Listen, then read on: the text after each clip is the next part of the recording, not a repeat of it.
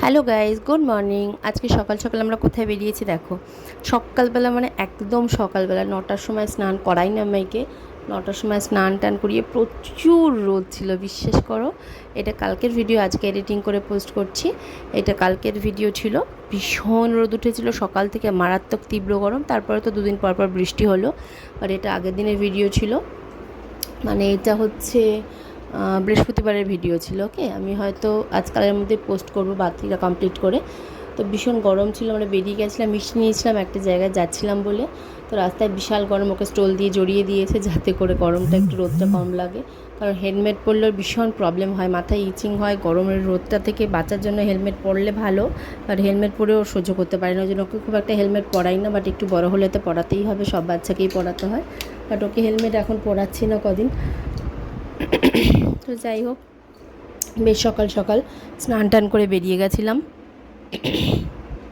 দেখো রাস্তায় তীব্র রোদের একটা প্রকোপ আছে, সেটা দেখো জাস্ট, কি প্রচণ্ড রোদ ছিল, মানে ভাবতে পারবে না। যাওয়ার প্ল্যানিংটাই করা ভুল হয়েছিল, পরের দিন গেলে ভালো হতো, ঠান্ডা ঠান্ডা ওয়েদার পেতাম। বাট যাই হোক, বাধ্য হয়ে যেতে হলো। মানে অনেকদিন ধরে এই মনটা টানছিল যাওয়ার জন্য, বাট সময় সুযোগ হয়ে উঠছিল না বলে যাওয়া হচ্ছিল না। বাট আবার আজকে মনে হলো না, এবার যাওয়াই উচিত আর কি। অনেক দিন ধরে প্ল্যানিং করছি, যাওয়া হচ্ছে না। যাই হোক, তেল শেষ হয়ে গেছে গাড়িতে, তো পেট্রোল পাম্পে দাঁড়িয়েছিলাম একটু পেট্রোল ভরার জন্য। মানে একটুখানি ছাওয়ায় গিয়ে মনে হচ্ছে কি শান্তি। তো পুরো ভিডিওটা কিন্তু অবশ্যই দেখো, স্কিপ না করে, তাহলে জানতে পারবো আমরা কোথায় গেছিলাম, এবং তোমরাও কিন্তু সেই জায়গাটা যেতে পারবে প্রত্যেকেই। তো অবশ্যই পুরো ভিডিওটা দেখো, আর যারা নতুন চ্যানেলে তারা অবশ্যই সাবস্ক্রাইব করে বেল আইকন টিপে রেখো, যাতে করে সব ভিডিও তোমাদের কাছে পৌঁছে যায়। আর তোমাদের কেমন লাগছে এটা অবশ্যই কিন্তু জানিও। তো দেখো, চলে এসেছিলাম নাকতলাতে একটা আশ্রমে, যেটা হচ্ছে শ্রীগুরু ঠাকুরের আশ্রম। অনেকেই চেনো, আবার অনেকেই চেনো না। যারা চেনো না তারা যেতে পারো, এখানে কিন্তু কোনো কাট করা হয় না। সকাল 11, সাড়ে 11টা থেকে প্রসাদ দেওয়া হয়। তো যে কেউ যে কোনো দিন যেতে পারো, তোমরা প্রসাদ পাবে এমনিতেই। কোনো টোকেন করতে হয় না, কোনো কুপন কাটতে হয় না, কোনো ফিস দিতে হয় না, কিচ্ছু না। তো আমরা এখানে প্রায় যাই একটা কারণেই, ভীষণ শান্তি লাগে, ভীষণ পিসফুল একটা জায়গায় গিয়ে তুমি শান্তি করে বসে যদি থাকো না, ঘন্টার পর ঘন্টা কখন কেটে দেবে তুমি নিজেও ফিল করতে পারবে না। এতটাই নিরিবিলি, এতটাই ধীর স্থির, সারাক্ষণ ওখানে কীর্তন হয়। তো ভীষণ সুন্দর। দেখো, মেয়েকে নিয়ে গেছিলাম, মাও গেছিলো সাথে, হাজব্যান্ড গেছিলো, প্রত্যেকে গেছিলো। তো এখানে জুতো রাখার একটা ঘর আছে, সেই ঘরে জুতো রেখে ঢুকতে হয়। তো ভীষণ শান্তিপূর্ণ একটা জায়গা, তোমরা যদি যেতে চাও অবশ্যই যেও। আমাকে ডিটেলস চেয়েও, আমি ডিটেলস। নাকতলে গিয়ে তোমরা যে কোনো জায়গায় কাউকে জিজ্ঞেস করতে পারো, শ্রীগুরু ঠাকুরের আশ্রম যাব, দেখিয়ে দেবে। ভেতরটা দেখো, ভেতরে মন্দিরের ভেতরে কিন্তু দাদুর ঘর আছে এটা। তো এখানে বেশি ভিডিও আমি করিনি, কারণ করাটা উচিত হল মনে হয়নি, তাই করিনি, বাইরেটা করেছি। তো এখানে হচ্ছে মেয়ে ঠাকুরকে প্রণামী দিচ্ছিল ওর বাবার কাছ থেকে টাকা নিয়ে। তো এখানে দেখো, মানুষ চুপচাপ শুধু বসে থাকে ভেতরে গিয়ে, এতটাই শান্তিপূর্ণ এবং পিসফুল একটা জায়গা। আমার তো ছোট্ট থেকে আমি এখানে যাই, মানে একদম ছোট, যখন ক্লাস 5-6 পড়ি তখন থেকে আমি এখানে যাই, এবং প্রায় সময় সুযোগ হলে চলে যাই। মাঝে অনেক দিন যাওয়া হয়নি। তো দেখো, এখানেও প্রণাম করেছিল, ঠাকুরকে প্রণামী দেওয়ার পরে প্রণাম করেছিল। প্রণাম করার পর বাবাও প্রণাম করেছে। ওর গ্লাভসটা খোলা হয়নি, ঢুকে গেছি মন্দিরে, তো ওটা খুলে দেওয়া হলো। ভীষণ গরম ছিল বলে গ্লাভসটা ওকে পরাই সবসময় রোদে বেরোনোর সময়।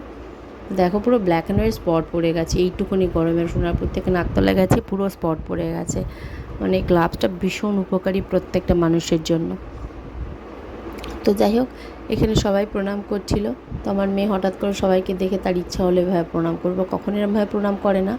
বাট ওর ইচ্ছা হয়েছে, ওই দিদানগুলো প্রণাম করেছে বলে সেও শুয়ে প্রণাম করতে চলে গেছে। আর আমার মেয়ের, মানে আমার তো একদম বিশেষ নেই, বাট আমার মেয়ের ঠাকুরের ভীষণ ভক্তি, ও ভীষণ রেসপেক্ট করে ঠাকুরকে, ভীষণ ভক্তি, এবং সমস্ত ঠাকুরের মন্ত্র খুব সুন্দর করে বলতে পারে, ও তো দাদুর থেকে শেখা।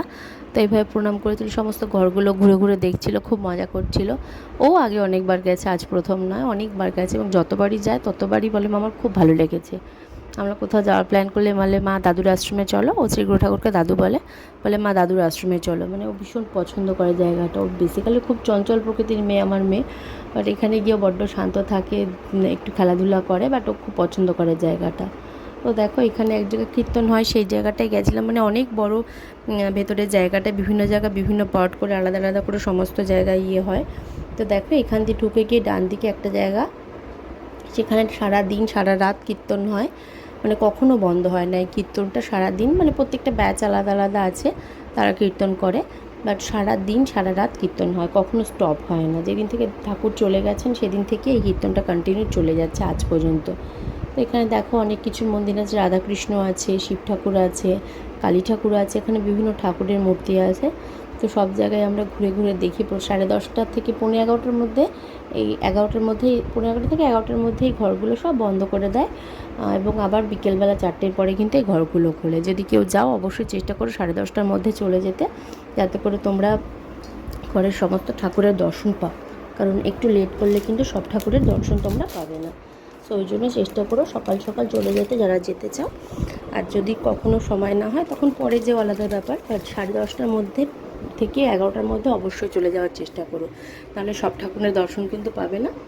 তো ভীষণ জায়গাটা ভালো লাগে। এখানে কিন্তু পুরো নিরামিষ প্রসাদ দেয়, এখানে কিন্তু পুরো নিরামিষ প্রসাদ দেয়। আর যেটা বললাম, কোনো টোকেন করতে হয় না, সকাল সকাল চলে যেতে হয়। 11:30টার সময় প্রসাদ দেওয়া শুরু করে। দেখো এখানে বলে না ঠাকুরের কাছে মানত করে অনেকে ঢিল বেঁধে আসে, তো সেই একটা জায়গা এটা। দেখো কত শান্তি, এই গাড়িটা করে ঠাকুর আর চলাফেরা করতো, সেই গাড়িটাকে ওরা প্রিজার্ভ করে রেখে দিয়েছে। ভীষণ একটা মানে পিসফুল একটা জায়গা, বারবার ওয়ার্ডটা উচ্চারণ করছি, বাট আমার ভীষণ শান্তির জায়গা। যদি কারোর মনে দুঃখ হয়, কষ্ট হয়, কারণ আমাদের তখন দুঃখ যন্ত্রণার শেষ নেই জীবনে, তারা কিন্তু এই জায়গাটায় গিয়ে ঘুরে আসতে পারো, অবশ্যই তোমাদের খুব খুব ভালো লাগবে।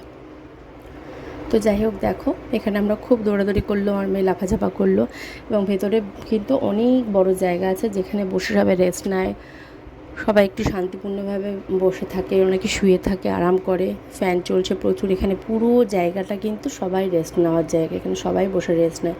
আমরাও অনেকক্ষণ বসেছিলাম, বসে রেস্ট নিচ্ছিলাম। তারপরে তো অনেকক্ষণ থাকার পরে খাওয়া দাওয়ার, প্রসাদ খাওয়া দাওয়ার ব্যবস্থা হলো। দেখো এখানে দেখো কত উঁচুতে একা একা উঠতে শিখে গেছে, মানে সেই দিনগুলো আমার মেয়ে জন্মালো বলতে পারো। আর এখন কত বড় হয়েছে, কত উঁচুতে উঠতে শিখেছে। দেখো একা একাই ওপরে উঠে গিয়ে লাফাঝাপা শুরু করে দিয়েছে।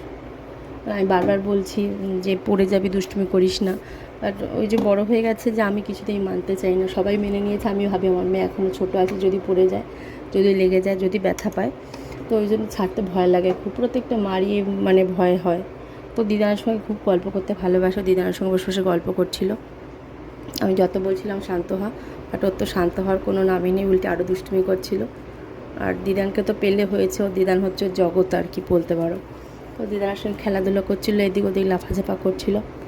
এবার দেখো এইখানে যেখানে আমাদের প্রসাদ দেওয়ার ঘর আর কি, সেইখানে পাশেও ঠাকুরের ঘর আছে। এই ঘরে বেডে ঠাকুর আগে মানে যখন ঠাকুর ছিলেন এখানে ঘুমাতো, এবং ঠাকুরের কত বড় জটা। এখানে দেখো পাশে যে কাচের বক্সটা আছে, ওই বক্সটায় ঠাকুরের জটাটা আছে, তোমরা দেখতে পাবে। এটা ঠাকুরের জটা ছিল, অনেক বছর উনি জটাটা তৈরি করেছিলেন। অনেকেই জটা করে, তারা জানে জটা অনেক দিন ধরে করেছিলেন। বিশাল লম্বা জটাটা দেখ কতটা বড়।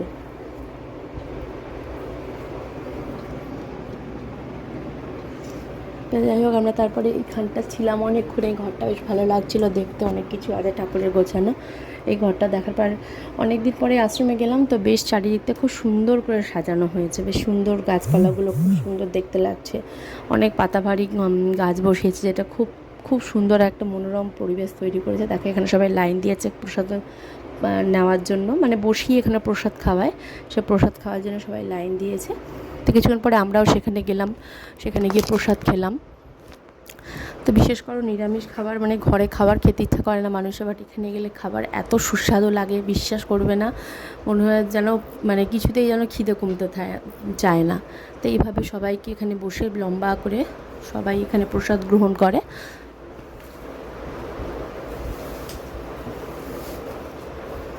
আমরা যেদিন গিয়েছিলাম সেদিন কি হয়েছিল, ভাত, ডাল, একটা সবজির তরকারি আর মিষ্টি দিয়েছিল লাস্টে, একদম লাস্ট পাতে একটা মিষ্টি দিয়েছিল।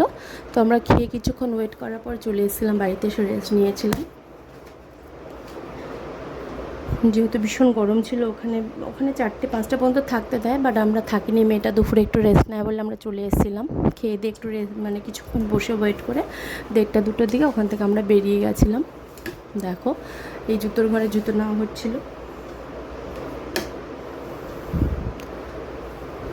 দেখো দিদানের সঙ্গে বেরিয়ে গেছিলো, আর বাবা গাড়ি আনতে গেছিলো।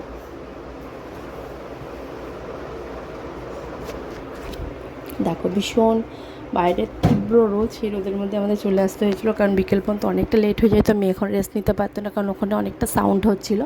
তো বাধ্য হয়ে আমরা ওখান থেকে বেরিয়ে এসেছিলাম। বেরিয়ে কিছুক্ষণ বাপের বাড়িতে ছিলাম, তারপরে বিকেলবেলা বাপের বাড়ি থেকে চলে আসি।